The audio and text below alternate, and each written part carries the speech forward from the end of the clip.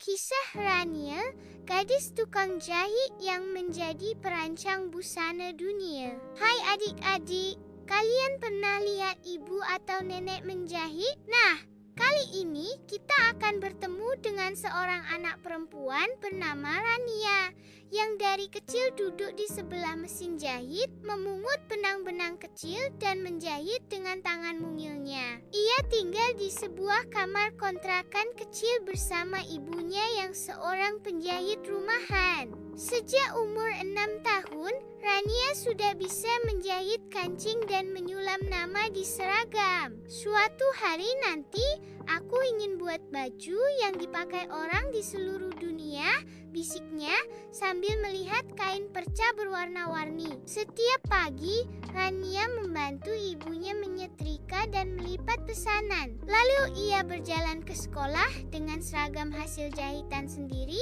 baju lama yang dijahit ulang menjadi baru. Seringkali teman-temannya mengejek karena bajunya berbeda, tapi Rania tetap tersenyum. Yang penting nyaman dan aku suka warnanya, katanya lembut. Rania tak punya mainan mahal, tapi ia punya koleksi boneka kain buatan sendiri.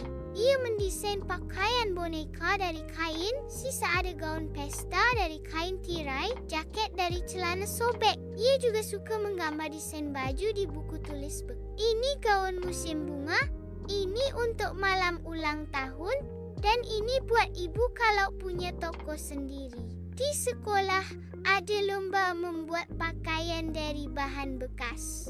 Semua teman Rania membeli hiasan di toko.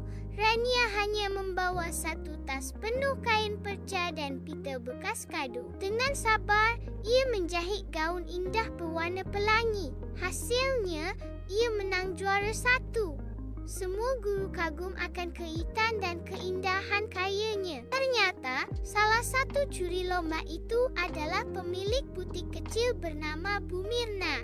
Ia melihat potensi besar dalam diri Rania. Rania, mau ikut kursus menjahit dan desain gratis di tempat ibu? Tanyanya. Ibu Rania terkejut dan menangis haru. Anakku akhirnya dijahitkan jalan mimpinya. Rania kini belajar desain dan teknik menjahit setiap sore.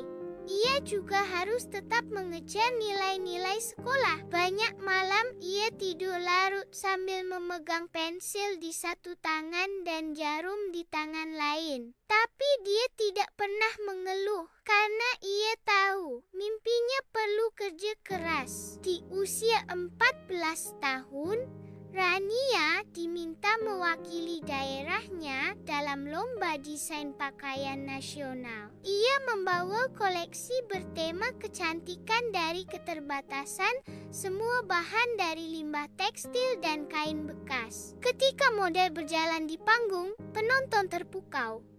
Juri berdiri dan bertepuk tangan.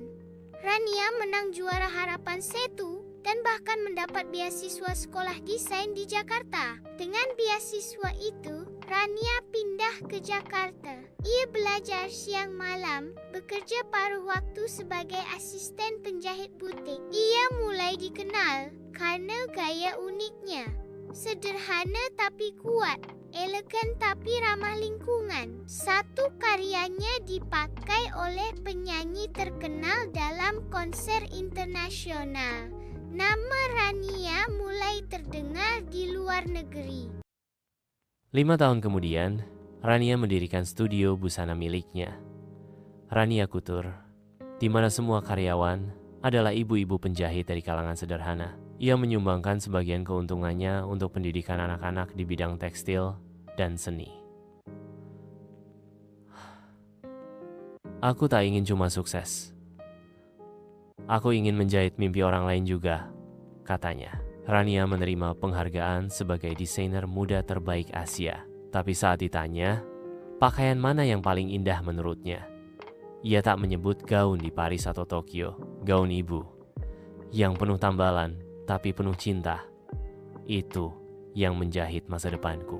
Dan begitulah adik-adik, dengan benang, mimpi, dan hati yang tulus Rania menjahit jalan menuju bintang.